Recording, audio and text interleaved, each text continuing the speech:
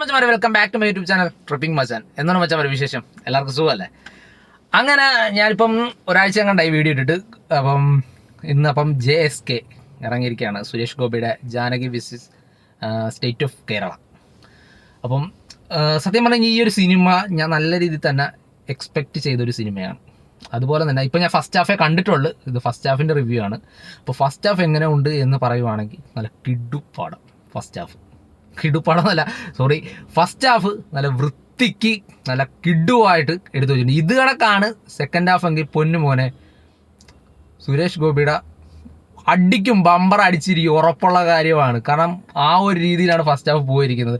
കാരണം 2 കേസുകളാണ് ഇതിനകത്ത് വരുന്നത്. ആ 2 കേസുകളിൽ ഒരു കേസിൻ്റെ കാര്യമായിരിക്കും നമ്മൾ ആദ്യം വിചാരിക്കും. പക്ഷേ രണ്ടാമത് ഈ ജാനകിയുടെ ഇത് വരുമ്പം അതുപോലെ തന്നെ എനിക്ക് എസ്പെഷ്യലി എനിക്ക് തോന്നിയൊരു കാര്യമാണ്. ഇത് സംഭവം വേറൊന്നുമല്ല, ഒരു ചിന്താമണി കൊലക്കേസ് പോലെ ഒരു സംഭവം. ആ ഒരു സംഭവം ഇങ്ങനെ പോയിരിക്കുന്നു. ഒരു കേസ് വരുന്നു, മറ്റേതിനകത്തൊരു കോളേജിലാണെങ്കിൽ ഇത് ബാംഗ്ലൂർ പോയിട്ട് അങ്ങനത്തെ ഒരു സംഭവമാണ്. ഞാൻ ഒരുപാട് അങ്ങ് പറയുന്നില്ല, ഞാൻ സ്പോയിലറായി ഇപ്പോൾ പറഞ്ഞത്. എന്തായാലും ഫസ്റ്റ് ഹാഫ് എനിക്ക് പേഴ്സണലി എനിക്ക് നല്ല രീതിയിൽ തന്നെ എനിക്ക് ഇഷ്ടപ്പെട്ടു. ഇനി എന്തായാലും ബാക്കി കാണാനുണ്ട്, ബാക്കിയും കൂടെ കാണട്ടെ.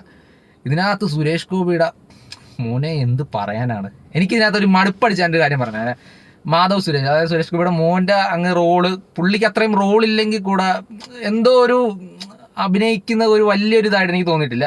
പക്ഷെ ബാക്കിയുള്ളവരെല്ലാവരും ഈച്ച് ആൻഡ് എവരി വൺ ആൾക്കാരും ഇടുവായിട്ടാണ് ചെയ്തിരിക്കുന്നത്. പിന്നെ ഇതിനകത്ത് കോടതിയിൽ പുള്ളി വരുമ്പം ഒരു കറുപ്പും കോട്ട് പാൻറ്റ് എല്ലാം കൂടെ വന്നൊരു സീനുണ്ട്. എൻ്റെ മോനെ ഒരു രക്ഷയില്ല കേട്ടോ. എനിക്കെന്തായാലും ഞാനത് ഫസ്റ്റ് ഹാഫ് കണ്ട് കഴിഞ്ഞതേ ഉള്ളൂ. ഇനിയിപ്പോൾ സെക്കൻഡ് ഹാഫ് എങ്ങനെയാണെന്ന് അറിയത്തില്ല. ഇതിപ്പോൾ നിർത്തി വെച്ചിരിക്കുന്നത് ഒരു കേസിൻ്റെ ഒരു കാര്യം പറഞ്ഞിങ്ങനെ നിർത്തി വെച്ചിരിക്കുകയാണ്. ഇനിയിപ്പോൾ ബാക്കി കാര്യങ്ങളെല്ലാം കണ്ടിട്ട് വന്നിട്ട് പറയാം. എന്തായാലും ഫസ്റ്റ് ഹാഫ് എനിക്ക് ഒരുപാട് ഇഷ്ടപ്പെട്ടു.